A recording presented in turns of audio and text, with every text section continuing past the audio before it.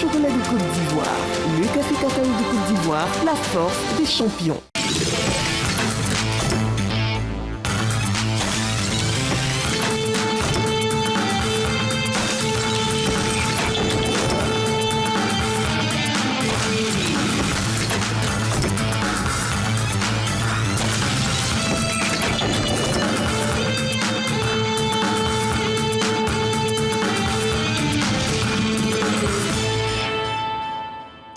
Vous le savez, aujourd'hui, c'est un jour férié, donc permettez-nous de vous offrir une émission très light, très tranquille. C'est vrai que vous êtes habitués, bien sûr, à toute cette armada de culture que nous vous offrons tous les vendredis. Aujourd'hui, ce sera très soft. Nous allons avoir deux grands volets dans cette émission. Nous allons parler de ce qui fait aujourd'hui, de ce vendredi 1er mai, un jour férié. Et ensuite, un petit clin d'œil au FEMUA et penser au Gabon, qui est le pays invité d'honneur dans cette 18e édition du FEMUA. Bonjour à tous et bienvenue. Vous êtes dans Matin Bonheur, nous sommes très heureux d'être avec vous.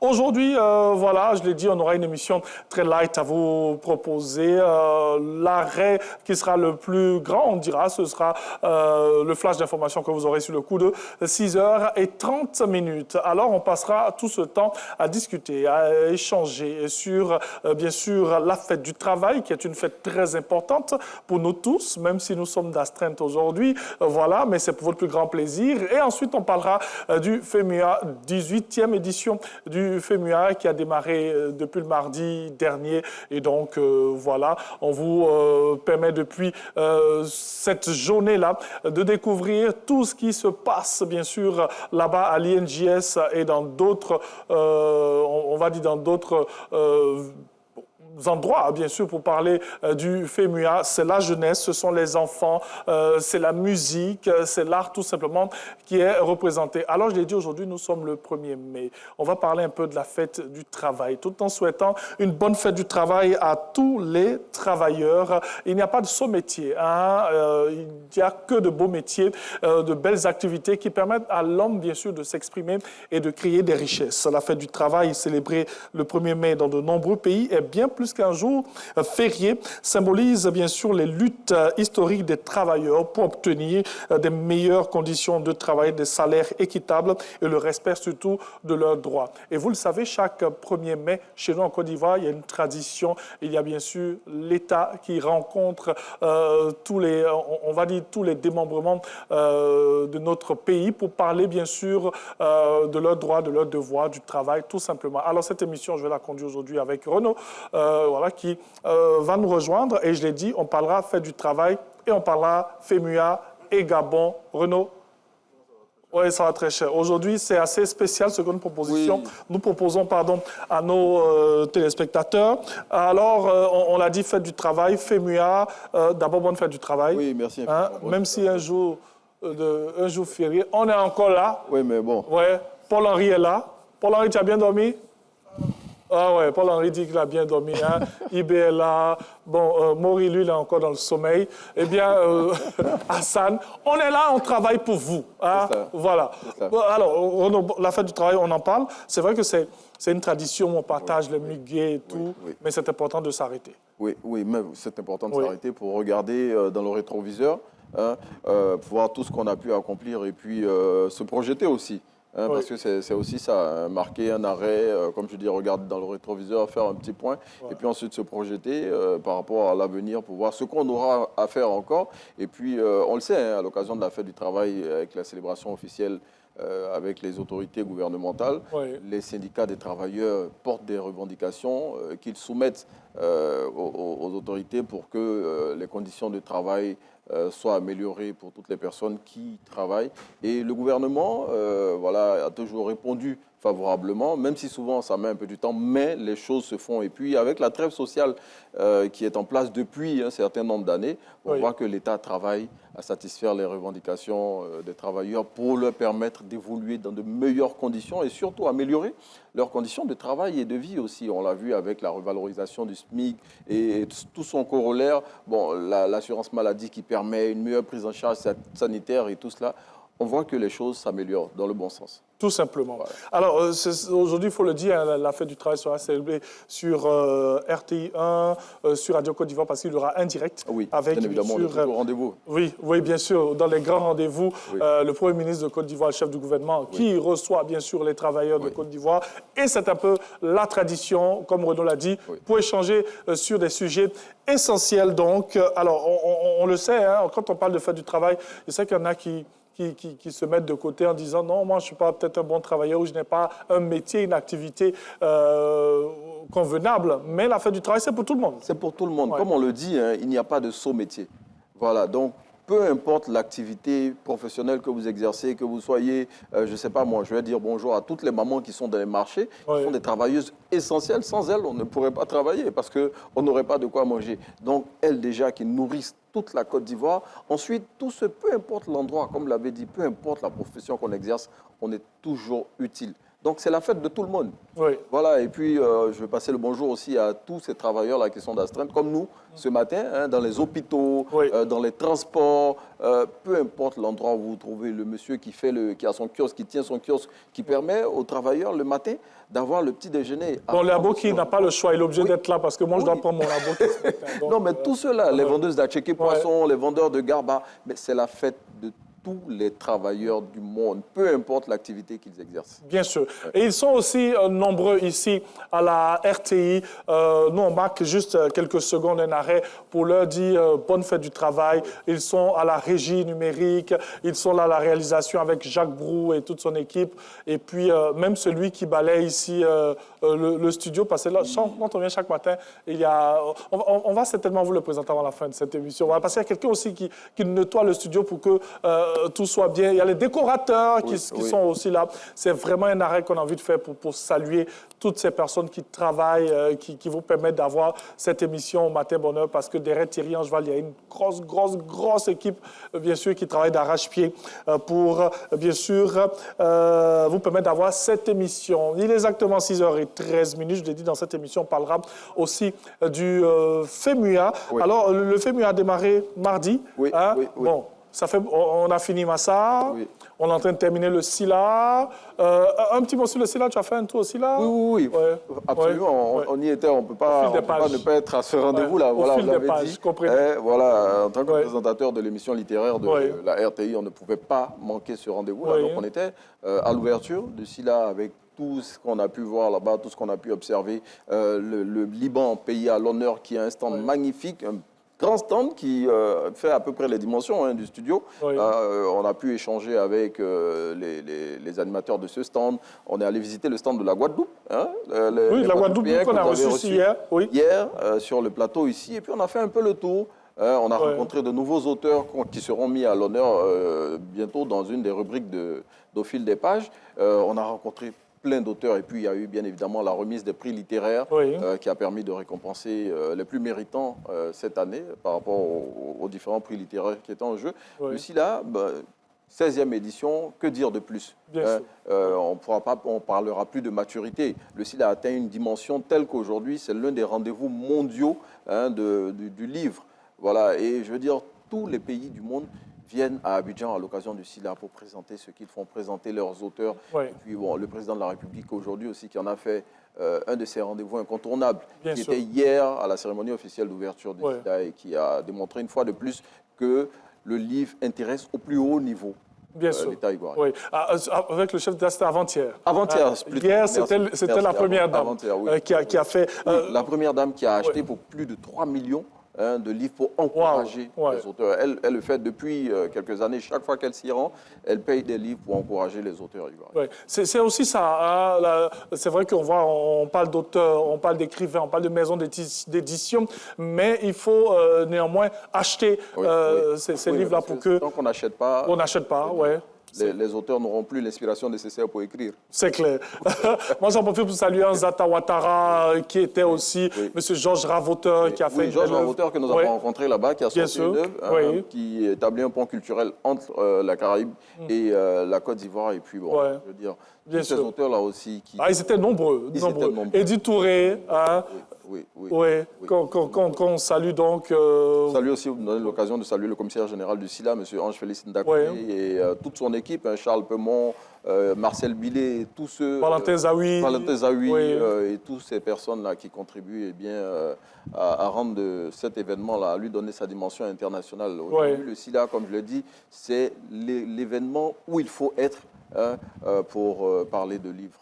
Tout simplement. Voilà, vous l'avez compris, c'est vraiment un petit point qu'on fait de cette semaine charnière ici à Abidjan, en Côte d'Ivoire. Donc, Côte d'Ivoire, parce qu'on sort d'Abidjan, on va aussi à Demboko lorsqu'on parle du FEMUA qui a démarré mardi. Oui, qui a démarré mardi. On était aussi à la cérémonie d'ouverture. Oui. Tout le monde qu'il y avait, franchement, c'était vraiment the place to be, quoi. C'était l'endroit où il fallait être.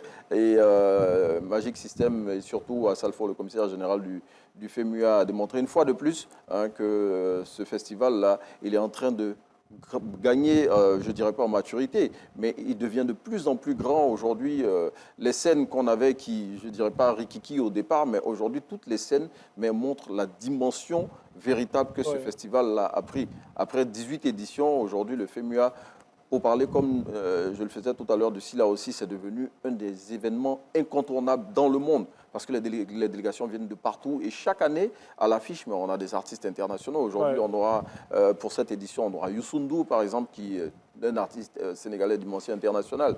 Parler de Youssou N'Dour, ça pourrait prendre 2 mois. Voilà. Donc Youssou N'Dour et tous les grands noms en Côte d'Ivoire ici qui vont encore enflammer la scène du FEMUA pour cette édition. On parle de Didi B, de Roselyne Layo, la musique urbaine qui est en train de elle aussi, devenir quelque chose qu'on ne peut plus saisir.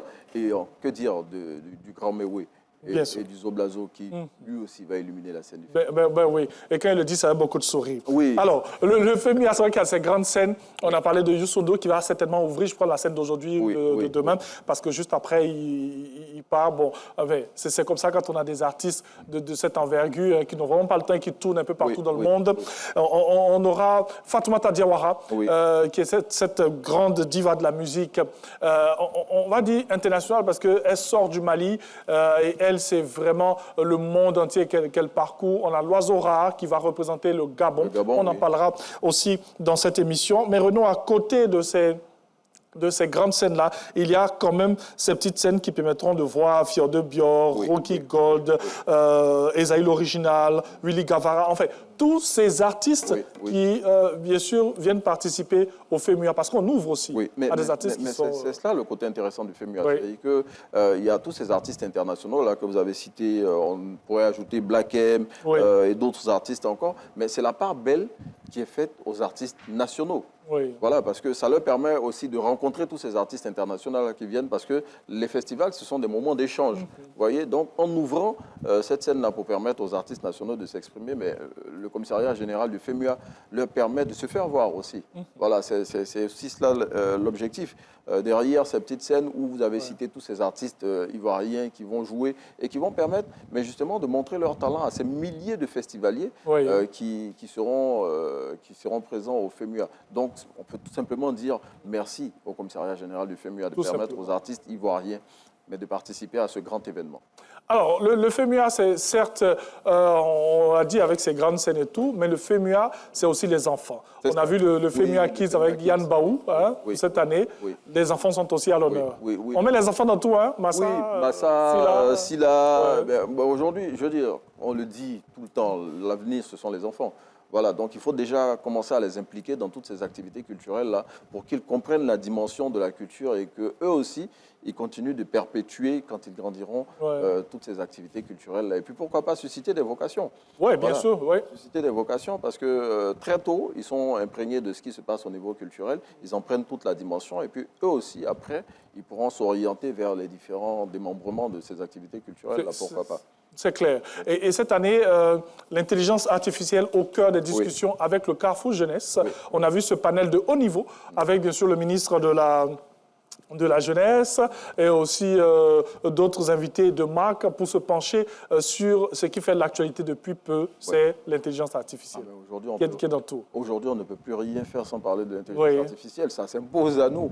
C'est l'avenir. Et qui parle d'avenir aujourd'hui est obligé de mettre l'intelligence artificielle au cœur de tout ce qu'il fait. Donc, naturellement, le commissariat général du FEMUA a bien fait en choisissant ce thème-là. Pour permettre de débattre de sujets d'actualité. Parce qu'aujourd'hui, avec tous les deepfakes, et aujourd'hui, quand on voit une image, on est amené à se demander si ce n'est pas une image qui a été générée par l'intelligence artificielle. Voilà, donc comment faire pour saisir la quintessence de ce nouvel outil-là, pour l'utiliser à bon escient, et puis comment faire aussi pour déjouer tous les pièges auxquels on est confronté aujourd'hui. Bien sûr, et tout le monde utilise l'intelligence artificielle. Et grâce à Martin Bonheur, on sait ce qui est vrai ou faux sur les nets. Avec le fact-checking. Rendez-vous tous les mardis pour parler de fact-checking. Donc, voilà, avec Renaud, on essaie de faire un peu le point de ces activités, quoique nous allons rester pour la suite du programme sur le FEMUA et sur le Gabon, qui est le pays invité. On en profite pour saluer tous ceux qui nous suivent depuis Port-Gentil, depuis le Haut-Ogooué, depuis Libreville, depuis, bien sûr, toutes ces belles contrées du Gabon. Et on parlera de ce magnifique pays qui est à l'honneur, qui a eu une grande soirée, un pavillon d'honneur, 2 grandes soirées même, parce qu'il y a une soirée hier. Donc, comprenez que tous nos invités ne sont pas là parce qu'ils ont terminé la soirée très tard hier. Donc, on prend le temps de se reposer parce que ça continue encore. Le Gabon, ouverture, bien sûr, à ce magnifique pays. Qui nous visite. Oui, d'Afrique centrale. Gabon avec lequel la Côte d'Ivoire a des relations mais vraiment intéressantes. Et on en profite pour saluer l'ambassadeur de Côte d'Ivoire au Gabon, M. Kwadio Konan-Bertin, qui a facilité les choses pour permettre au Gabon de venir avec toutes ces délégations-là qui sont présentes à Abidjan. Vous l'avez dit, c'est pas facile le FEMUA parce que ça part du matin jusqu'à tard dans la nuit. Donc, pour que les gens, après, ils rembrent pour se réveiller à 4 heures du matin, c'est pas toujours évident.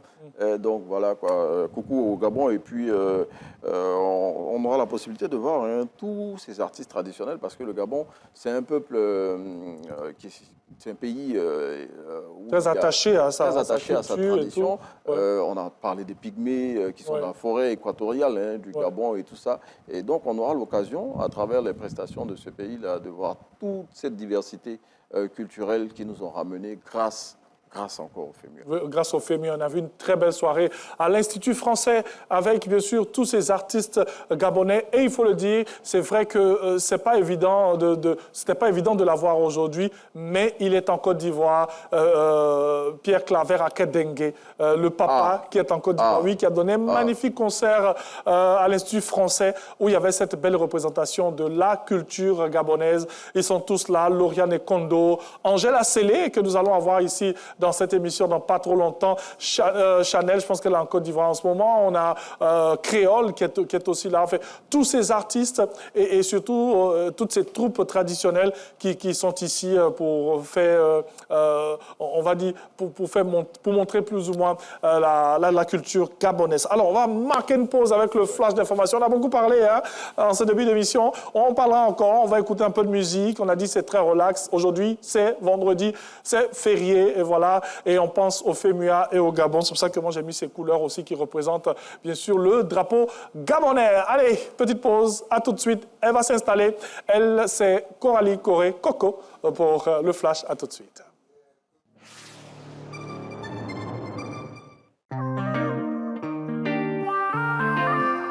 Le monde regorge de talents et chaque personne porte en elle sa singularité. Mais il existe des dons qui traversent le temps, des merveilles. Famille et amis, bienvenue dans notre nouvelle villa, bienvenue dans Escale familiale. Il est des familles où le talent ne s'apprend pas. Il se transmet comme un héritage façonné au fil des générations. J'avais pris une bouteille, je crois. J'ai comme ça tapé, on a comme ça improvisé un truc comme ça. Et j'ai décidé de poster la vidéo. Attention, j'ai fait une deuxième vidéo, ça a pris une troisième vidéo. J'ai dit mais attention, c'est que je vais abandonner un peu les amusements. Dans la famille de l'artiste Colombe Merveille, la musique est bien plus qu'une passion. C'est une véritable identité. Ma maman, elle est d'Issia.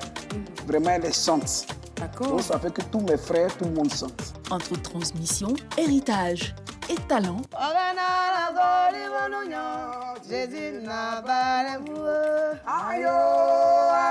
Ne manquez pas cette émission ce samedi à partir de 18h50 sur RTI 1 avec Caroline Da Silva.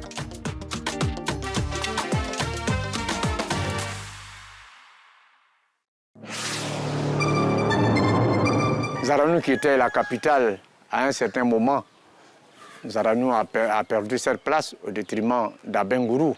Lorsqu'elle se déplace, elle a tout un ensemble de dames qui l'accompagnent. Il y a un tam-tam qui est tapé avec des chants. Après la mort du chef d'alors, il n'y a plus de chef de village jusqu'au choix de Aoussi de Bernard I, un ancien aristocrate. J'étais bien à l'atmosphère de là-bas. J'arrive au village. La première nouvelle, tu es venu avec quoi? Je suis venu avec une valise avec 4 complets. Bon, les parents étaient un peu déçus avec mon petit diplôme que j'ai dans ma poche. Aujourd'hui, vraiment, vous voyez tout ce qui est derrière. Dans le royaume de l'Indénié, le canton Zaranou fait figure de référence. Avec Bébou et Ebila Sokro, il porte les voix des tribus Anichele, Alangwa et Assonvon. Pays profond, Bébou Zarano, ce dimanche 3 mai 2026 à 21h45 sur RTI 1. Rediffusion le lundi 4 mai à 9h.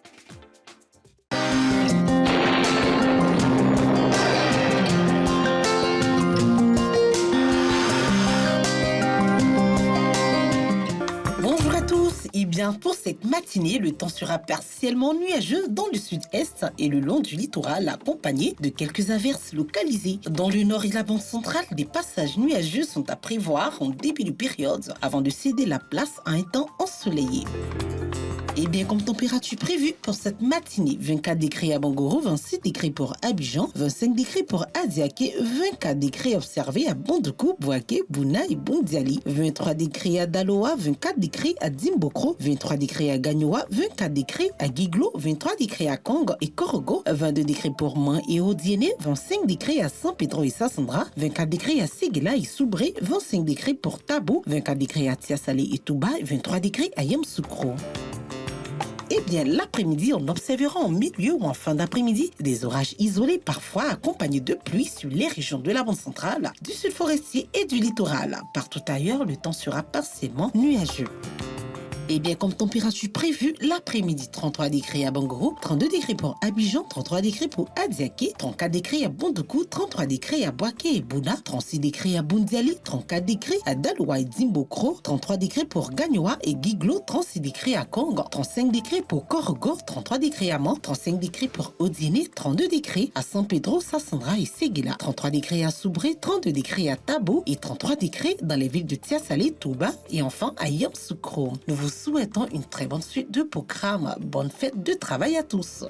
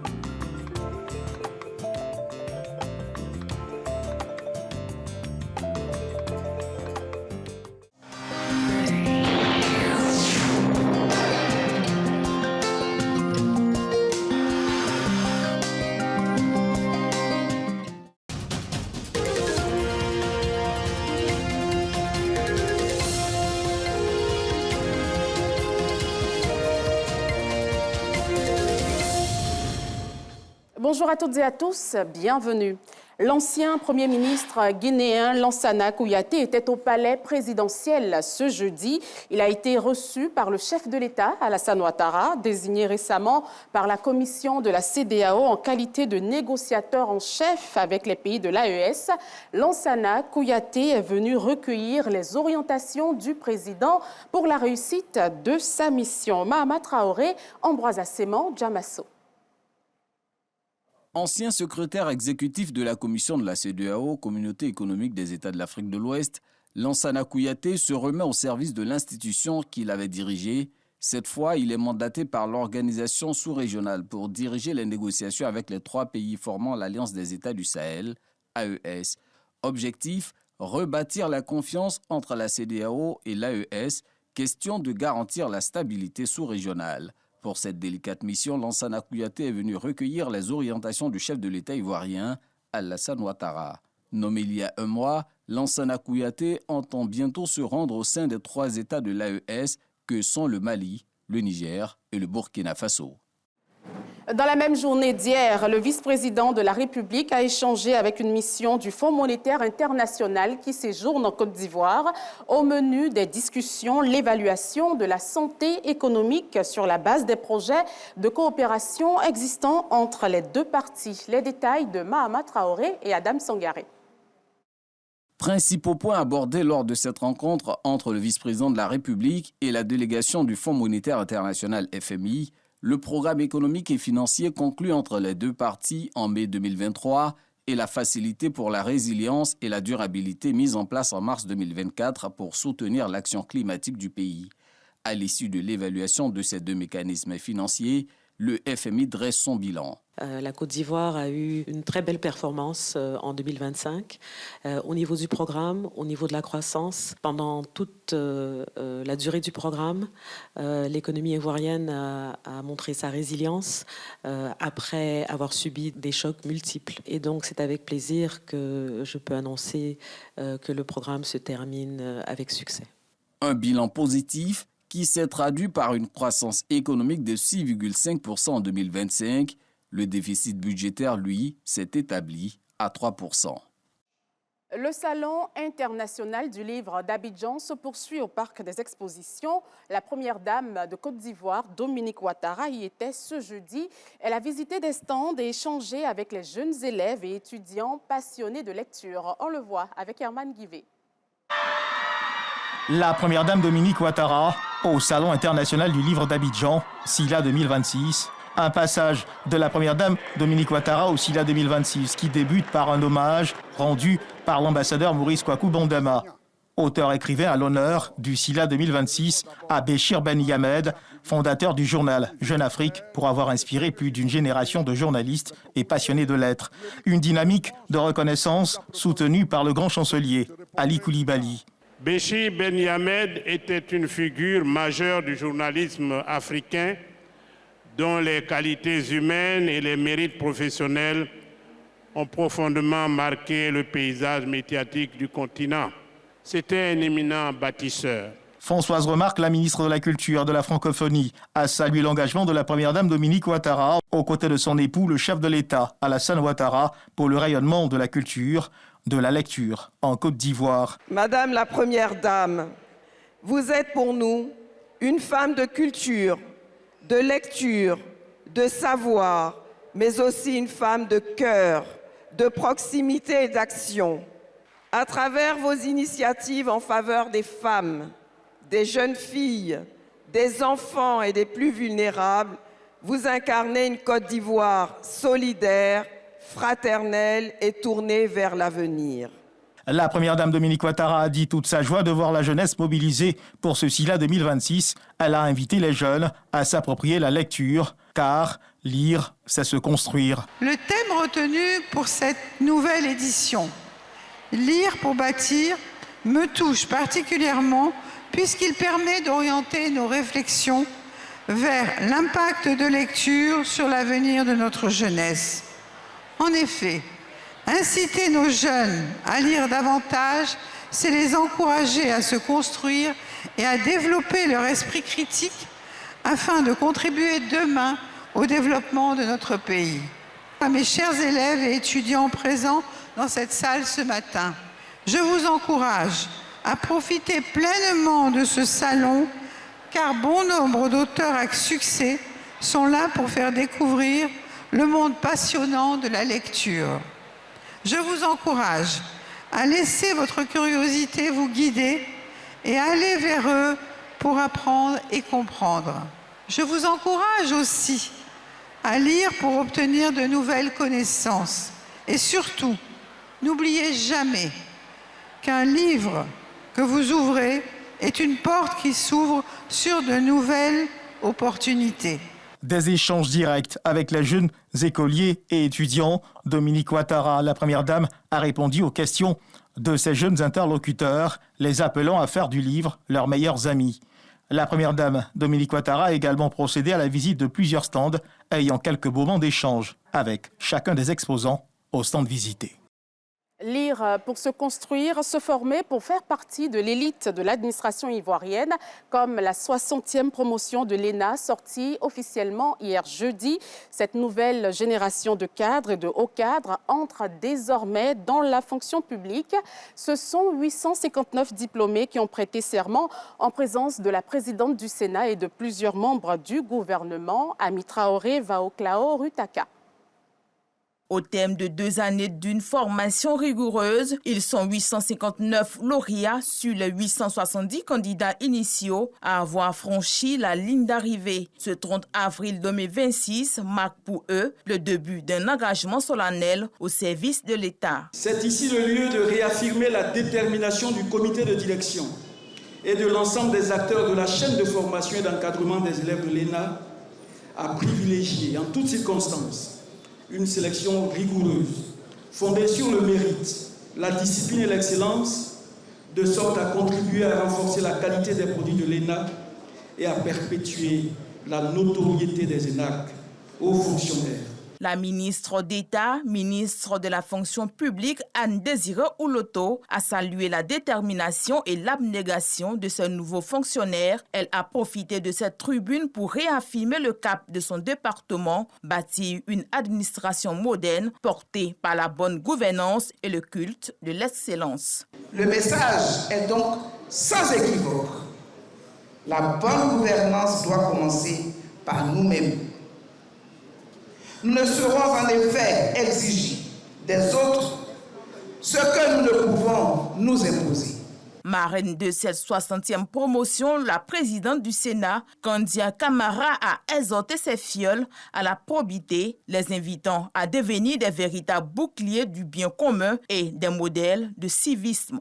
Cela exige notamment de chacune et de chacun de nous un engagement professionnel vertueux dans la conduite des affaires publiques. Le point d'orgue de cette journée a été le passage de témoins. Dans un rituel empreint de symbolisme, les désormais anciens de la 60e promotion ont transmis le flambeau à leurs cadets de la 61e promotion avec pour mission de perpétuer l'héritage de cette prestigieuse institution. Une autre cérémonie importante, la clôture de l'exercice militaire Flintlock 2026 qui s'est tenue à l'Académie internationale de lutte contre le terrorisme de Jacquesville. Cette année, environ 1500 personnels des forces de défense issus de plus de 30 nations se sont réunis pour renforcer leurs capacités opérationnelles. L'édition a intégré des opérations spéciales et des actions tactiques avec les forces de sécurité intérieure dans les domaines aériens, terrestres et maritimes. Flintlock est le plus grand exercice annuel de forces spéciales organisé en Afrique par les États-Unis d'Amérique. Ce 1er mai, c'est la fête du travail. Parlons ce matin des métiers qu'on évoque rarement, des vocations exercées loin du continent, là où la mer devient terrain d'opération et de défis techniques. 30 ans passés loin de sa famille, au cœur des plateformes pétrolières. Serge Diomand, expert international en industrie pétrolière et en énergie, fait partie de ces hommes de l'ombre qui vivent au rythme de l'océan. Son portrait signé Sidonie Davila. Expert international en industrie pétrolière et en énergie, il prépare chacun de ses départs avec précision. Tout commence par la musique, puis quelques instants dans l'eau comme une première immersion avant le grand départ. Et enfin, la prière. Direction la haute mer, un long trajet pour rejoindre ces géants d'acier, les plateformes pétrolières. Ici, le risque est réel. On nous lance une échelle et entre la plateforme et le bateau vedette, vous devez grimper à l'échelle, suspendu, pour pouvoir monter. Autrement, on vous lance le panier, on monte à l'intérieur à 3, à 4, à 5 ou à 6, et ce panier est suspendu à une corde qui nous tire du bateau vedette pour nous envoyer vers la plateforme. Un environnement exigeant et hautement technique, où certaines opérations comme l'extraction du pétrole restent confidentielles. Mais au-delà des machines, il y a des hommes, des équipes venues de plusieurs pays. Il faut être dans de bonnes conditions physiques et il faut pouvoir être quelqu'un qui soit pas trop dispersé dans la vie. Vous devez avoir cette certaine spiritualité. Vous n'êtes plus dans votre confort à la maison. Ici, les journées sont rythmées par la concentration, parfois sur plusieurs semaines, voire plusieurs mois. Et pourtant, au milieu de cette rigueur, la vie continue. Des instants de vie partagés, des rires entre collègues, un anniversaire célébré en pleine mer. 30 ans de carrière, fait de responsabilités, de défis. Quand on vient dans l'amont pétrolier, ça a été le grand projet Baleine, où grâce à certaines lumières qui ont été mises sur moi, notamment par la MLDI, voilà, j'ai été appelé par mon pays pour être dans ce projet. Ça a été un grand succès quand ce projet de ce FPSO Baleine a été conclu dans les délais et même avant terme. Ce qui m'a valu de la part du président de la République, que je tiens vraiment à remercier ici, son Excellence Alassane Ouattara, ce qui me vaut d'avoir reçu cette décoration dans l'ordre national du mérite ivoirien. Aujourd'hui, il transmet son savoir. Je parle du pétrole, l'énergie et mine en un seul bloc parce que c'est ce que je fais moi. Ce sont mes compétences. Mais autrement, il s'agit de 3 filières complètement différentes. Et j'encourage les jeunes à faire ces 3, s'ils peuvent. À travers le parcours de Serge Dioman, c'est toute la réalité des hommes en mer qui se dévoile. Une vie faite de rigueur, une vie de passion, de risque et d'engagement. Et pour terminer, les États-Unis décident de sanctionner l'ancien président de la RDC, Joseph Kabila. Washington lui reproche de chercher à déstabiliser le gouvernement en soutenant le groupe armé M23 ainsi que l'Alliance Fleuve Congo présentée comme son bras politique. Ces sanctions prévoient le gel de tous les avoirs que l'ex-chef d'État pourrait détenir aux États-Unis. Elles interdisent également aux citoyens et entreprises américaines d'entretenir des relations commerciales avec lui. Merci d'avoir suivi ce point info. Je vous souhaite un agréable vendredi. Bonne fête du travail. Matin Bonheur avec Thierry Angeval continue sur RTI 1. Bonne fête du travail, Coralie Corré. Merci. On est d'astreinte? Oui. Ouais, mais bon, c'est pour le plaisir de nos patrons, les téléspectateurs, les auditeurs. Hein, on n'a pas le choix. Hein, mais bon, bonne fête du travail à tous et à toutes. Bonjour Coralie. Bonjour Thierry Angeval. Ça va bien? Oui. Vendredi férié? Oui, vendredi férié. Est-ce qu'on continue toujours le même programme? Non, programme spécial aujourd'hui, donc après la télé, un peu de repos quand même. Ah, ok. Donc, après la télé, elle va se reposer. Hein? C'est important et beaucoup d'autres vont se reposer ici. C'est vrai qu'il y a certains qui vont partir tout à l'heure pour la primature, hein, parce qu'on aura le direct, que ce soit sur Radio Côte d'Ivoire, mais sur RTI 1. Bon, c'est ça, hein, la RTI au cœur des grands événements, donc on n'a pas le choix. On est là pour ça, pour vous servir. Merci beaucoup, Coralie. C'est moi. Et puis, bonne fête. Hein? On ne donne pas de cadeau, sinon je vais te donner un petit cadeau. Bonne fête, Thierry Angeval. Ouais. Un muguet. Bon week-end. Oui, le week-end. Et puis le week-end sera même très fémuatisé. Donc, on n'aura pas de repos. Et puis, je prendrai le muguet hors antenne. Hors antenne? Oui. OK. Tout à l'heure. Tu n'as pas disparu. Merci beaucoup, c'est Coralie Corée. Allez, on poursuit cette émission et on vous l'a dit avec Renaud en début d'émission que c'est vrai qu'on a parlé de la fête du travail, on salue tous les travailleurs, mais on va se poser un instant. On va se poser pour parler d'un magnifique pays où on a encore cette senteur culturelle. Un pays avec une puissance culturelle qui est très remarquable, que ce soit même en Afrique centrale où il est, et même aussi en dehors de l'Afrique centrale et partout dans le monde. On parlera de ses richesses, on parlera de ses groupes ethniques, on parlera de sa musique avec une personne ressource qui n'est autre que la grande Angèle Asselé, que nous vous prions d'applaudir, s'il vous plaît, dans ce studio pour la recevoir, s'il vous plaît. Elle va donc s'installer au milieu, voilà, juste au milieu. Qu'est-ce que ça fait quand elle entend cette chanson C'est vieux, ça me rappelle beaucoup de souvenirs. Hein? Beaucoup de souvenirs. Ça fait longtemps. Ben oui.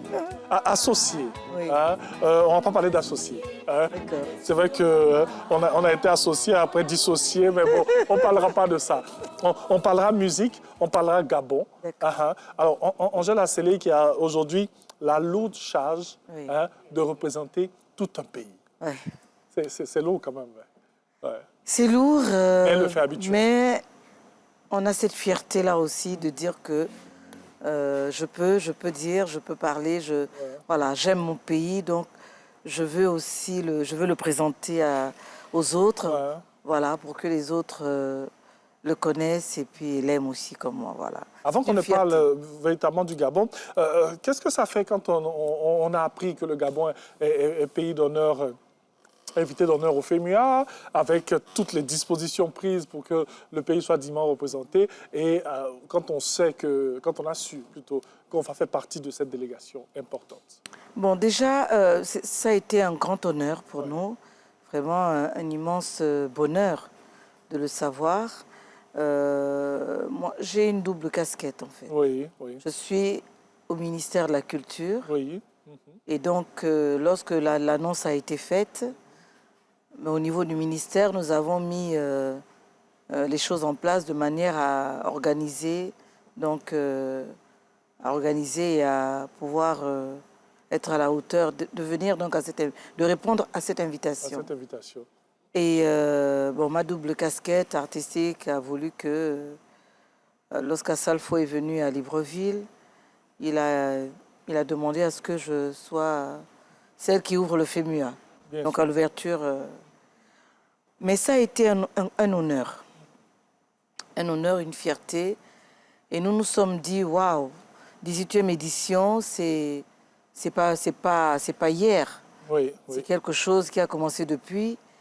Et c'est une opportunité pour nous de pouvoir dévoiler quelques facettes de notre culture, de notre pays. Et puis bon, on n'a pas hésité, on s'est mis vraiment là-dedans.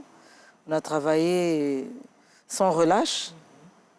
Et puis, voilà, on est venu à Abidjan. On a apporté ce que je dis souvent, le dernier paradis sur Terre à Abidjan.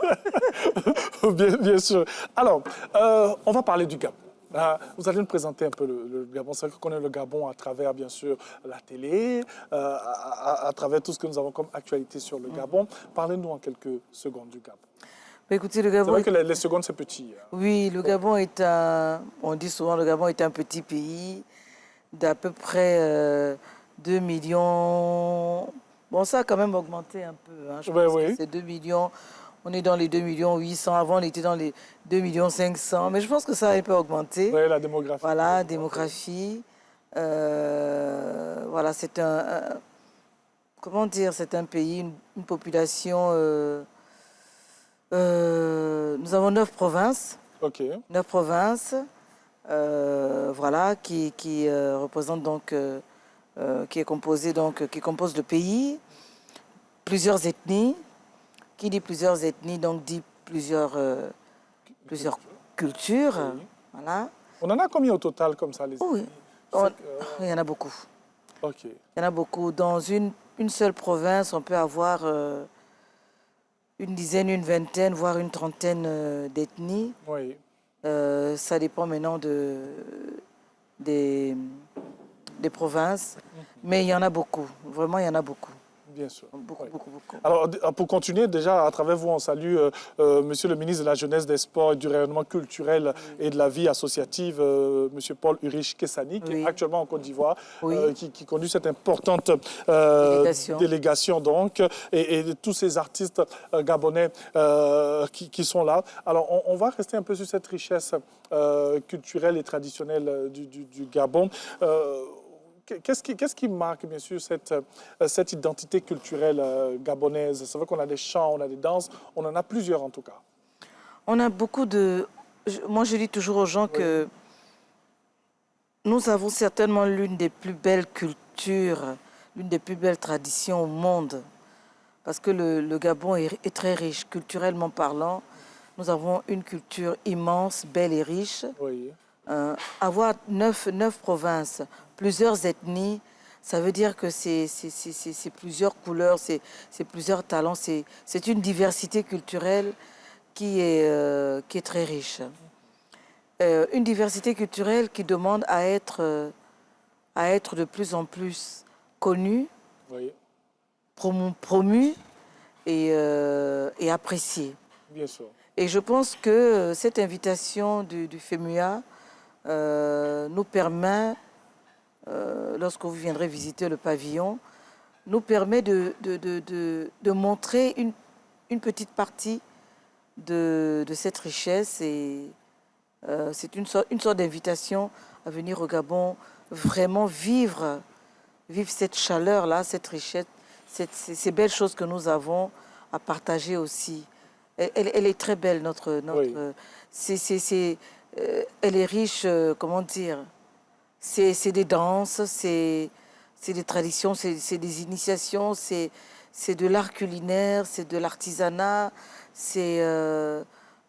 voilà, c'est des talents musicaux, vraiment c'est un tout qui fait un bouquet d'harmonie exceptionnel. Bien sûr. Parlant de talents musicaux, on a ces grands noms qui font le tour du monde. Oui. Bien sûr, parlant de musique, Patience Dabani, Angela Sélé, Annie-Florent Bachelise, Pierre Claver Akélégué qui est là. Et d'ailleurs là, qui part, je pense, qui part demain. Oui. Voilà, qui est là, qui a clôturé donc le spectacle du CCF hier ou avant-hier, hier.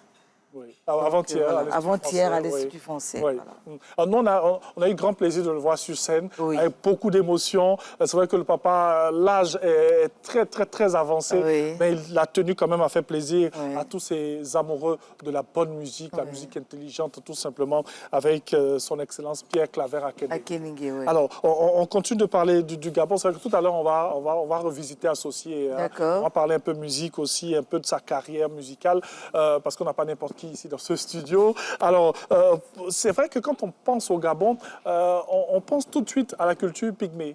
Mais pourtant, il y a plusieurs autres cultures. Oui, culture pygmée, on la trouve peut-être dans le sud, dans le sud du Gabon. Donc, les Batéké, les Vili, etc. Un peu aussi dans le Welentem, la frontière entre le Gabon et le Cameroun, la frontière entre... le Haut-Ogooué, le Congo, voilà, dans ces bassins-là, on trouve la culture pygmée, mais il y a plus que ça. Nous avons la culture Téké, qui embrasse un peu ça. Nous avons la culture Omiéné, nous avons la culture Nzébi. Vraiment, ce sont des ethnies qui nous présentent une culture assez variée, assez diversifiée, qui fait donc la beauté et l'immensité de cette culture gabonaise. Bien sûr. Oui. C'est vrai que dans certaines régions, chez nous en Côte d'Ivoire... Nous avons les Fans. Oui, OK. Voilà. Chez nous en Côte d'Ivoire, ici, on a des régions où on a par exemple du pain tissé, où on a, même quelque part aussi en Afrique, au Burkina Faso, on a du Bogolan. Au Mali, pardon, on a du Bogolan, du Danfani au Burkina. Qu'est-ce qui caractérise bien sûr aussi le Gabon? C'est le raffia. C'est le raffia. Le raffia. Ouais. Et puis, le raffia, c'est vraiment le tissu par excellence. Okay. Voilà, qui est travaillé à partir d'un arbre qu'on appelle justement l'arbre de raffia, je pense, et qui est travaillé, qui est tissé, qui est vraiment... Et nous avons aussi un tissu qu'on ne produit plus beaucoup parce que les détenteurs même de cette technologie, là, on va le dire comme ça, sont en train de partir. C'est de faire du tissu à base d'écorce que nous tapons et nous avons vraiment... voilà, mais c'est le raffia. Ça se fait aussi en Côte d'Ivoire, on appelle le tapa. Ah, d'accord. Voilà. Mais c'est le raffia. C'est le raffia qui est vraiment le tissu avec lequel aujourd'hui on fait des vêtements, on associe avec du tissu moderne, mais c'est le raffia. Bien sûr. Voilà. Alors, on va saluer, je ne maîtrise pas trop le nom, de la styliste gabonaise qui est là. Touch by Rim. Voilà, qui a habillé, bien sûr, plusieurs personnes ici avec, avec le raffia. Oui. Elle a fait un gros mélange de raffia et elle, c'est une... elle a une créativité particulière. Elle a des doigts d'ange. Oui. Quand elle te regarde... Elle n'a pas besoin de venir, elle te regarde et elle sait ce qu'elle doit faire sur toi. C'est assez, elle a appris à maîtriser le raffia et à l'associer au tissu, voilà, avec un foulard comme ça. Lorsqu'elle associe le raffia, c'est autre chose, c'est waouh, c'est particulier. Vraiment, touch. Il y en a beaucoup, il y a Chocho Lazare. D'ailleurs, la robe que j'ai portée à l'ouverture du FEMUA, ça a été fait par un grand couturier de chez nous, Chocho Lazare. Nous avons Christophe, on a beaucoup Olga O, oui. Qui vit ici, qui est mariée d'ailleurs ici, voilà. C'est elle qui a d'ailleurs commencé à une époque donnée à vraiment vulgariser le raffia à travers ses défilés, à travers ses coutures. C'est elle vraiment qui a donné le temps et les autres ont suivi. Bien sûr, Olga O qui a participé à plusieurs événements de mode ici en Côte d'Ivoire. Alors, parlons du Gabonais ou de la Gabonaise. C'est vrai que tout à l'heure on parlait de la femme gabonaise, qui elle est véritablement. On a la chance de vous avoir. Quand on parle des Congolais, on dit ce sont des sapeurs. Ils aiment la musique. Quand on parle des Ivoiriens aussi, on dit ils aiment beaucoup l'humour, ils aiment la musique aussi, ils aiment bien manger. Qu'est-ce qui caractérise le Gabonais? Qu'est-ce qui caractérise le Gabonais? Belle hospitalité. Le Gabonais sait recevoir. Oui. Le Gabonais sait apprécier, sait encadrer. C'est quelqu'un de très... le Gabonais en général. Hein, oui. C'est quelqu'un de très réservé, de très protecteur, qui aime bien sa culture, qui aime bien... voilà, et... voilà, moi je pense que c'est... C'est ce qui caractérise le Gabonais. Oui. L'hospitalité. L'hospitalité gabonaise, elle est légendaire, tout comme l'hospitalité ivoirienne. Nous, depuis qu'on est ici, moi personnellement, je me sens chez moi. C'est pas la première fois que je viens, mais je pense que le Gabonais, c'est ça. C'est quelqu'un de très hospitalier, de très ouvert, de très voilà, très protecteur. Très protecteur, voilà. Angèle Assélé, que nous recevons ici dans cette émission, qui parle du Gabon avec nous. Pour la petite information, sachez qu'elle est ambassadrice de bonne volonté de l'UNESCO et en 2022, elle devient chevalier dans l'Ordre national du mérite. Avec elle, bien sûr, on parle du Gabon. On va parler un peu de sa carrière, on va parler musique, on va parler un peu FEMUA. Ce sera juste après cette petite pause. Et quand on reviendra, on pourra poursuivre. À tout de suite. Au cœur de la Côte d'Ivoire, Bouaké se réinvente et reprend toute sa place.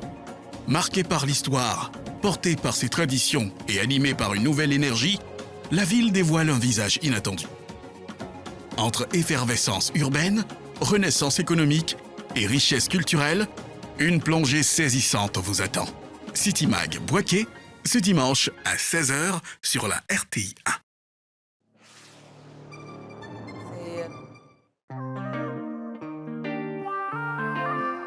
Le monde regorge de talents et chaque personne porte en elle sa singularité. Mais il existe des dons qui traversent le temps, des merveilles. Famille et amis, bienvenue dans notre nouvelle villa, bienvenue dans Escale familiale. Il est des familles où le talent ne s'apprend pas. Il se transmet comme un héritage façonné au fil des générations. J'avais pris une bouteille, je crois. j'ai commencé à taper, on a commencé à improviser un truc comme ça. Et j'ai décidé de poster la vidéo. Attention, j'ai fait une deuxième vidéo, ça a pris une troisième vidéo, j'ai dit mais attention, c'est que je vais abandonner un peu les amusements. Dans la famille de l'artiste Colombe Merveille, la musique est bien plus qu'une passion, c'est une véritable identité. Ma maman, elle est du Sia, vraiment elle chante. D'accord. Donc ça fait que tous mes frères, tout le monde chante. Entre transmission, héritage et talent,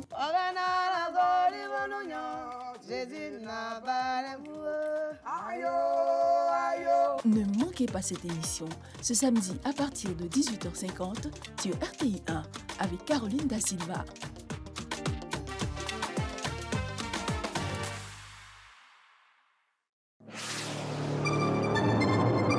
Zaranou, qui était la capitale à un certain moment, Zaranou a perdu cette place au détriment d'Abengourou. Lorsqu'elle se déplace, elle a tout un ensemble de dames qui l'accompagnent. Il y a un tam-tam qui est tapé avec des chants. Après la mort du chef d'alors, il n'y a plus de chef de village jusqu'au choix des Aoussi des Bernard I, un ancien aristocrate. J'étais bien à l'atmosphère de là-bas. J'arrive au village. La première nouvelle, tu es venu avec quoi? Je suis venu avec une valise avec 4 complets. Bon, les parents étaient un peu dessus avec mon petit diplôme que j'ai dans ma poche. Aujourd'hui, vraiment, vous voyez tout ce qui est derrière. Dans le royaume de l'Indénié, le canton Zaranou fait figure de référence. Avec Bébou et Ebila Sokro, il porte les voix des tribus Anichele, Alangwa et Assanvon. Pays profond, Bébou Zarano, ce dimanche 3 mai 2026 à 21h45 sur RTI 1. Rediffusion le lundi 4 mai à 9h.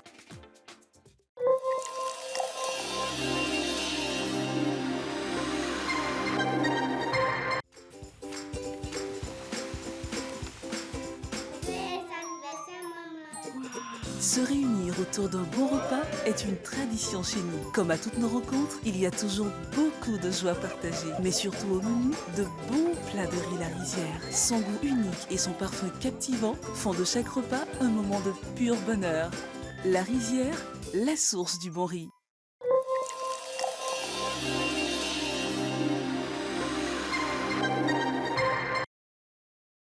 Eh bien, nous sommes de retour à Matin Bonheur et vous appréciez ces couleurs vert, jaune et bleu.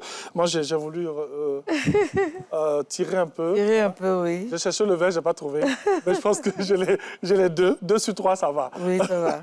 Alors, on parle du Gabon aujourd'hui, là-bas où la nature respire encore dans toute sa splendeur, où les tambours, bien sûr, racontent des histoires anciennes, où chaque regard porte la mémoire des ancêtres. On parle d'un pays très attaché à sa culture et on le disait, le Gabonais, c'est quelqu'un qui est très attaché à sa culture. Très ancré dans sa culture, très attaché à sa culture. Oui. Et très, j'ai envie de dire, très jaloux dans le sens où très protecteur, voilà. Donc, d'ailleurs, je vais évoquer le fait que nous avons une plante qui ne pousse qu'au Gabon. Ah, ok. L'iboga. L'iboga. Voilà. Okay. L'iboga, c'est une plante mystique, spirituelle, mais qui ne pousse qu'au Gabon, normalement. Les gens sont maintenant, aujourd'hui, avec l'évolution des choses, les scientifiques... ils essaient. Ils essayent voilà, mais c'est une plante qu'on ne retrouve qu'au Gabon. Oui. Voilà. Dans mes recherches, quelqu'un me disait, une amie gabonaise qui me disait que le Gabon a un couvert forestier tellement dense qu'il serait même difficile d'en ressortir lorsqu'on y entre. Oui. Ouais. Ça dépend oui. Et dont les essences sont...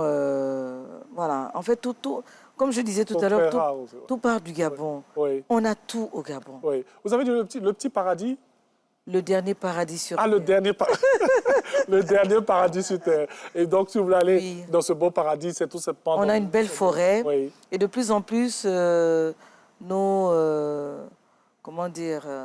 on essaye de créer des plateformes voilà, pour permettre aux gens de visiter ces forêts-là de manière sécurisée. Oui. Parce qu'effectivement, quand tu t'aventures dans la forêt gabonaise,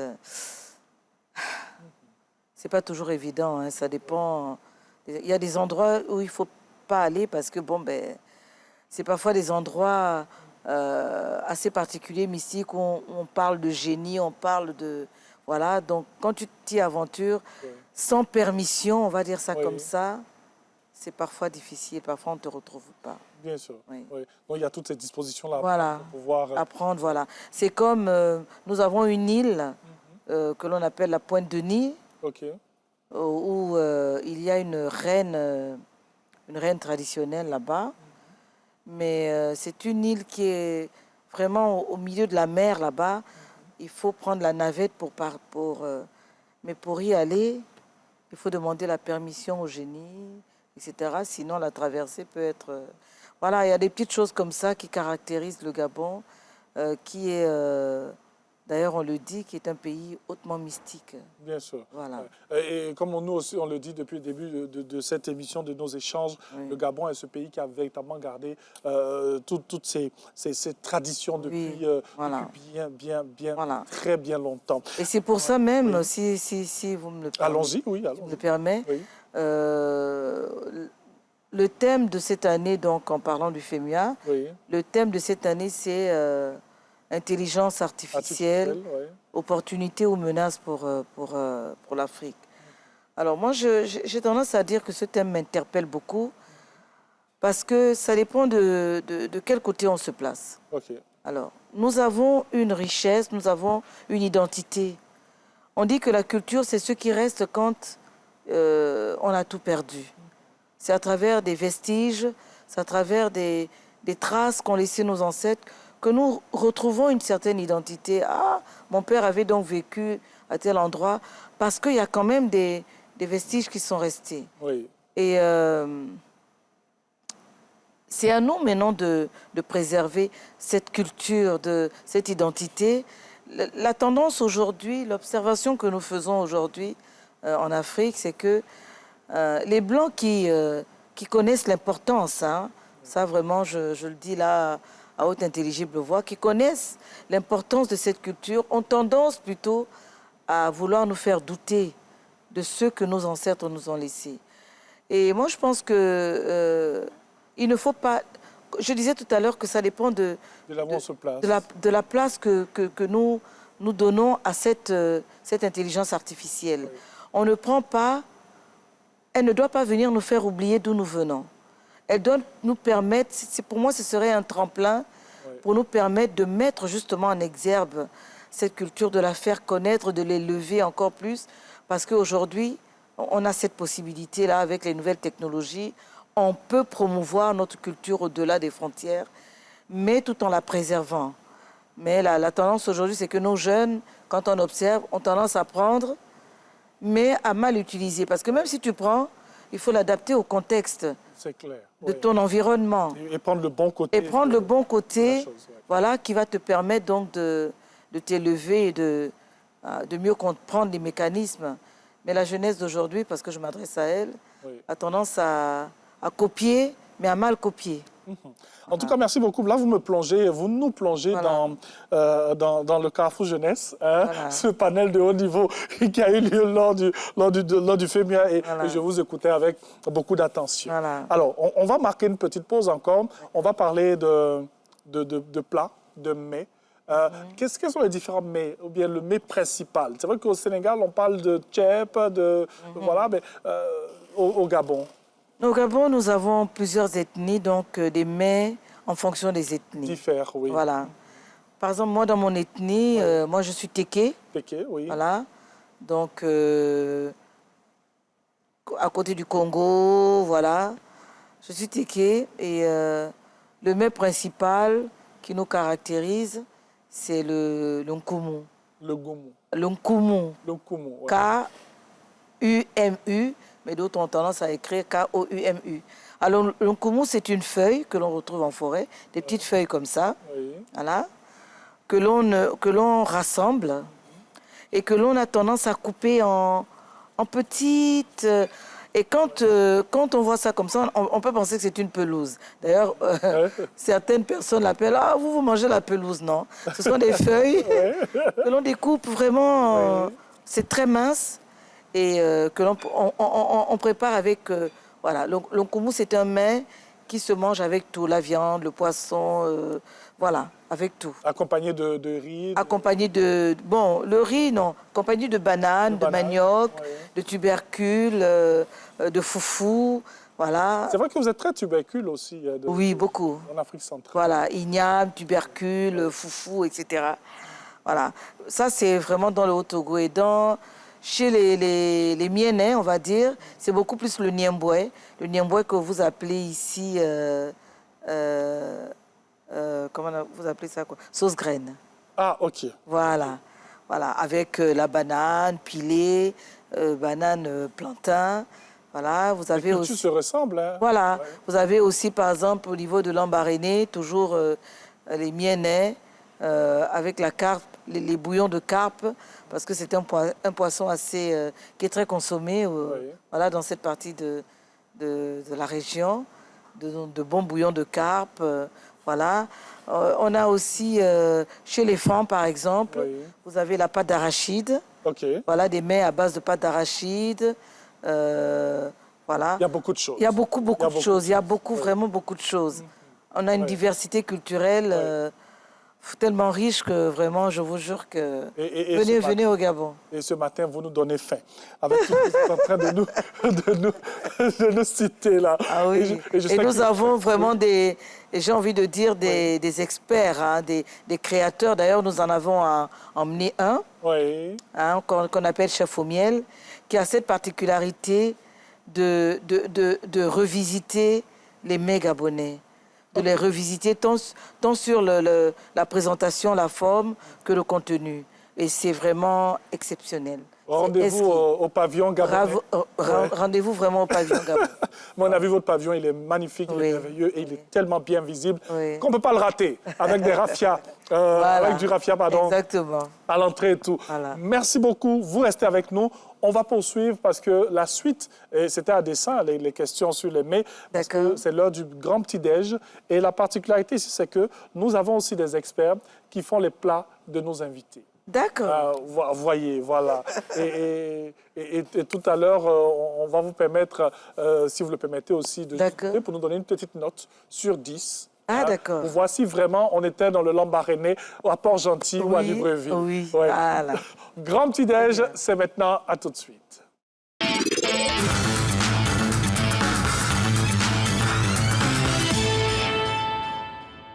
Elle disait comme ça qu'elle sent l'odeur de la cuisine parce qu'il y a le grand petit-déj.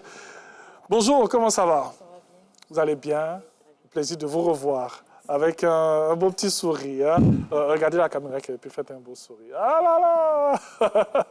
Alors, on va se représenter, bien sûr, à nos téléspectateurs. Hein? On va se représenter, le nom et tout. D'accord. Moi, c'est Madame Daga Lisette. Oui. Je suis traiteur et formatrice. Bien sûr. Moi, je voulais le mot formatrice pour que vous puissiez comprendre et savoir que les personnes que nous emmenons ici ne font pas que la cuisine, mais forment aussi les autres à faire des plats exquis comme ça. Alors, notre très chère Daga, Madame Daga, avec vous, c'est quoi aujourd'hui? Hein? On est au Gabon, hein? Oui, on part au Gabon, effectivement. Et au menu, nous avons la noam d'arachide accompagnée du riz. Oui. Accompagnée du riz. Et la boîte sardine à l'oseille accompagnée de bananes. Elle va venir, Angèle Assélé va venir. Elle va donc venir, voilà. L'oseille aussi, c'est une particularité du Haut-Togo. on va venir ici, sur le côté ici. Ah, déjà, ça sent très bon. Ouais, oui. Et on va donc apprécier. On va servir. Ça, c'est quoi la sauce, la pâte arachide? C'est ça? C'est la pâte d'arachide. Oui. Oui. La noix d'arachide. OK. D'accord. Pâte d'arachide, mais les Ivoiriens, c'est sauce arachide. Hein? Voilà. Là-bas, on dit pâte d'arachide, mais... Chez les Sénégalais, on dira le mafé. Le mafé, voilà. Bien sûr. Mais dans le mafé, on met des feuilles, non? Ou bien on fait ça simplement? Bon, moi, j'ai souvent mangé ça simplement, mais on peut ajouter des feuilles. On peut ajouter des feuilles, oui. C'est le mafé. Bien sûr. Oui. On va présenter à Sadia, voilà. Hein? Voilà ça ici. Les amis, sauce arachide, hein?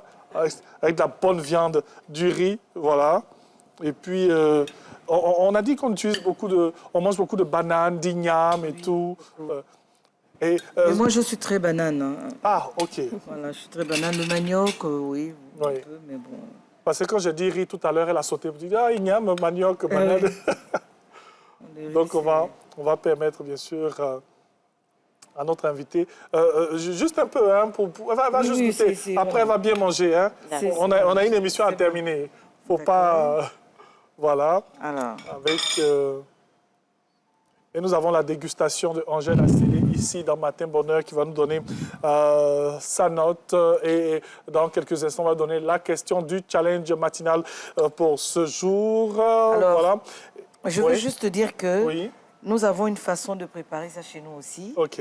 C'est la boîte de sardines, elle est mélangée, voilà. Elle est mélangée, OK. Elle est mélangée à la sardine, à l'oseille. Oui. Et chez nous, l'oseille est coupée de manière finement. Voilà. Et l'oseille, c'est quoi? C'est une feuille? C'est une feuille. Ce sont des petites feuilles comme ça, un peu acides.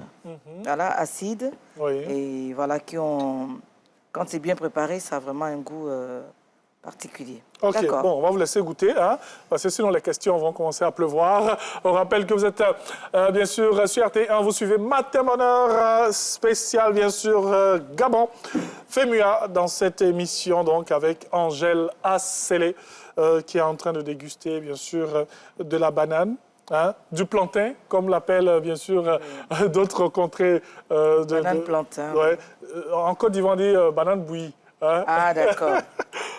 Même aussi au Gabon, oui, on dit aussi. OK. Alors. Ça peut aller? Oui, allons-y. Allez, tout à l'heure, hein, on va vous permettre, ici dans ce studio, de déguster pour les téléspectateurs. Il y a cette senteur qui perturbe Hassan Diaye, hein, qui a envie de se faire plaisir, mais bon. Hein. Alors, ça peut aller? Est-ce qu'elle est arrivée un peu vers le Gabon? Oui, un peu. Un peu vers le Gabon, ouais. Un peu, je remarque qu'elle a mis beaucoup de choses comme... oui, j'avais visité un peu avec de l'oignon, des tomates. Oui, tomates. Et effectivement, j'ai mis la sardine et j'ai juste décoré un peu pour que les téléspectateurs puissent savoir effectivement qu'il y a de la sardine à l'intérieur. Vous avez mis du poivron. Oui. Ouais, elle a modernisé un peu à sa manière, à l'ivoirienne. Mais sinon, on est arrivé quelque part. On est arrivé un peu. Un peu. Un peu. Merci beaucoup, Angèle Asselé. Merci. On va regagner, bien sûr, la place. Merci beaucoup. Je vous rejoins tout à l'heure. Madame Daga est avec nous aujourd'hui. Elle est arrivée aux portes du Gabon. Elle a ouvert la porte. Elle s'est assise un peu. En tout cas, merci beaucoup pour les efforts. C'est pas du tout évident, hein? Mais on essaie de faire ça pour faire comprendre, bien sûr, et permettre à nos chefs ici de voyager sans visa, sans passeport, hein, dans d'autres contrées. Merci beaucoup. On a pris combien de temps pour faire ça? Minimum 2 heures de temps. 2 heures. Hein, et on s'est réveillé à 3 heures du matin. On l'a fait pour être ici, pour faire plaisir aux téléspectateurs de Matin Bonheur. Merci beaucoup. Toujours un plaisir. Hein. Allez, on poursuit cette émission. Et je l'ai dit, ici, nous avons Angèle Asselé avec qui on parle du Gabon. C'est vrai qu'on a parlé cuisine, musique, on a parlé culture, on a voyagé un peu, on a parlé géographie un peu. Angèle Asselé, elle a dit qu'elle était de quelle ethnie déjà? Je suis Téké. Téké. Alors, on va rester un peu sur les Téké. On a une belle pensée, hein, pour tous les groupes ethniques du Gabon. Chez les Téké, comment ça se passe? Quand on a quelqu'un qui vient à la maison, comment est-ce qu'on accueille l'étranger chez les Téké? Alors, moi, je sais que chez les Téké... Oui. Un coup, vous renversez la sauce. Bon, si c'est dans le contexte moderne, bon, quand tu viens rendre visite à ton parent, quand quelqu'un vient, ben, on lui offre généralement, on lui souhaite la bienvenue, on le fait asseoir, on offre quelque chose à boire. Allons dans le contexte très tradit. Très tradit. On a envie vraiment d'aller au cœur de cette culture Téké. Alors, moi, je sais que à l'époque, hein, parce que ça fait, je ne sais pas si aujourd'hui ça continue, mais c'était une tradition de, lorsque vous arrivez dans un village, on a toujours au sein de notre village un corps de garde. Ce qu'on appelle un corps de garde, donc une sorte de petite maisonnette, voilà, où les chefs de village, c'est ça son espace, avec sa cour, etc. Et on dit souvent chez nous que tu ne peux pas venir dans un village et y circuler librement si tu n'as pas obtenu la permission ou bien la bénédiction. Donc, lorsque vous arrivez dans un village, on vous emmène voir le chef du village, vous vous asseyez, vous déclinez pourquoi vous êtes là, qui vous êtes, etc. Et c'est le chef du village qui vous oriente. Bon, écoutez, le village est là. Cette partie du village, non, là-bas, il ne faut pas trop circuler. Là, voilà, il vous donne des conseils, il vous donne la bénédiction. Oui. Et généralement, ils ont une boisson assez particulière pour souhaiter la bienvenue, qu'on donne donc à l'hôte. Il faut forcément boire? Oui, on goûte toujours. C'est vraiment une manière de... C'est le geste. C'est une manière de souhaiter la bienvenue. Généralement, c'est le vin de palme. Ah, ok. Voilà. Maintenant, il y a d'autres boissons. Mais sinon, généralement, c'est le vin de palme. C'est le vin de palme. Voilà. Okay. On offre un peu de vin de palme pour lui montrer que, bon, ben, écoute, c'est comme ça. C'est surtout les hommes, hein, parce que, bon, les femmes... En tant que bonne représentante de la culture téké, c'est vrai qu'on va sauter certains paramètres. Comment ça se passe le mariage chez vous? Le mariage traditionnel? Traditionnel, oui. Voilà. Qu'est-ce qu'on donne? Juste les grandes étapes. Hein. Alors, il y a deux grandes étapes. Bon, on va dire qu'il y a trois grandes étapes. Il y a le mariage de la nuit, comme on dit, qui ne concerne que les parents. Donc, vous voulez épouser Angèle Asselé, vous venez la veille voir ses parents. Donc, il y a une première dot, la dot de la nuit. On appelle ça la dot de la nuit, qui ne concerne que le père, la mère, et puis quelques personnes, vraiment les parents de la femme. Et puis, il y a la dot du jour, où tout le monde est convié, etc., etc. Donc, voilà, c'est une dot. Il y a les présentations, il y a la dot. Voilà, et il y a une liste. Et chaque ethnie chez nous, chaque région a sa particularité. Hein. Voilà. Il y a des éléments précis qu'il faut absolument avoir dans cette dot, sinon le mariage n'est pas scellé. Nous avons par exemple chez nous ce qu'on appelle l'enclume. Okay. L'enclume, c'est une sorte de... Comment est-ce que je peux dire ça? C'est une sorte de marteau en fer. Oui. À un moment donné, pour sceller le mariage, on vient déposer ça au pied de la mariée et elle doit poser ses pieds dessus. Oui. Voilà. C'est obligatoire. Si on vous donne une liste cette enclume-là, si elle n'y est pas, le mariage ne peut pas avoir lieu. Par exemple, voilà. Il y a d'autres éléments comme ça. Mais comme je dis, chaque ethnie a sa particularité. Voilà. Créole, elle est de quelle région? Alors, Créole, elle est pour nous du sud-est. Oui. Hein, voilà, pour nous. Voilà, mais c'est une ethnie qui a plus tendance à être vers les villes. C'est pour nous, voilà. Okay. Elle est pour nous. Je demandais cela parce qu'il y a quelqu'un en haut là qui est amoureux de créole. Ah, d'accord. Là-bas, c'est différent. Hein. La liste sera très longue.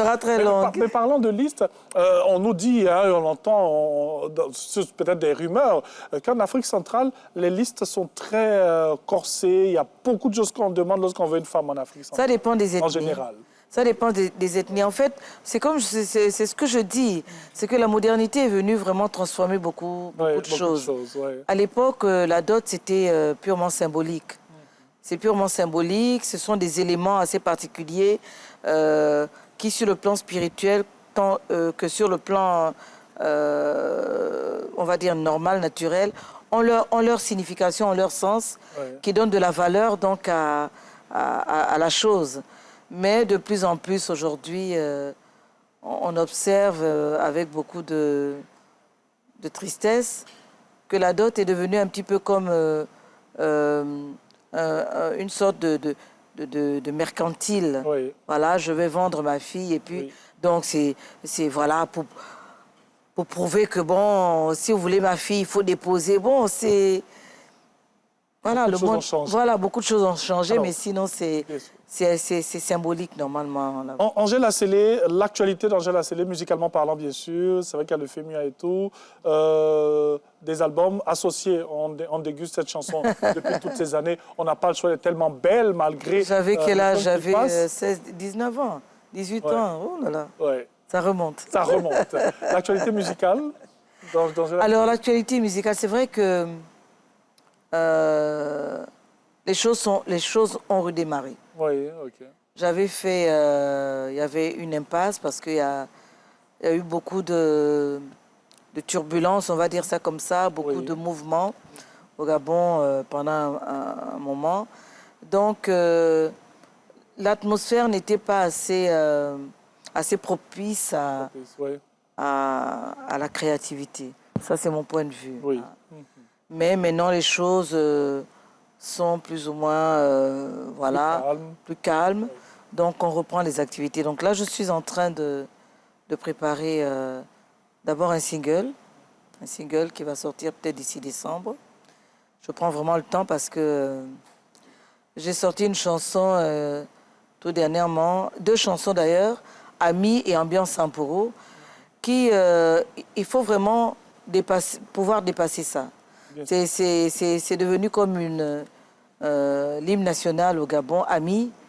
Je ne fais pas de spectacle ou de prestations si je ne chante pas cette chanson. Merci beaucoup. Donc, je suis sur le prochain album. Et vraiment, je voudrais juste faire un clin d'œil particulier à Salfo. En 30 secondes, parce que en 30 secondes, allons-y. À Salfo, pour lui dire merci, parce que c'est une opportunité qu'il m'offre aujourd'hui. Lorsqu'il m'a demandé d'ouvrir le FEMUA, en fait, c'est une porte qu'il m'a ouverte, qui m'a replongé, c'est vrai, en arrière, mais en même temps qui me ramène, je veux dire, au devant de la scène, parce que depuis là, je ne fais que ça, les médias. Et il m'a prodigué beaucoup de conseils. Merci. Je rentre en studio là. Voilà. Merci beaucoup. Angèle Asselé, avec elle, on a parlé du Gabon. Le Gabon qui se dévoile comme un trésor vivant entre rites initiatiques, sagesse ancestrale et hospitalité sincère. C'est un pays où la tradition n'est pas un souvenir, mais une présence, une force, une identité. Merci d'avoir suivi cette émission. C'est le dernier paradis sur Terre. Angèle Asselé qu'on va inviter là. Sur la scène avec cette chanson qui nous rappelle bien sûr des années en arrière. Merci d'avoir suivi Matin Bonheur, bon sur le programme et je vous retrouve avec beaucoup de plaisir sur la scène du FEMUA. Angèle Asselé, merci beaucoup. Musique!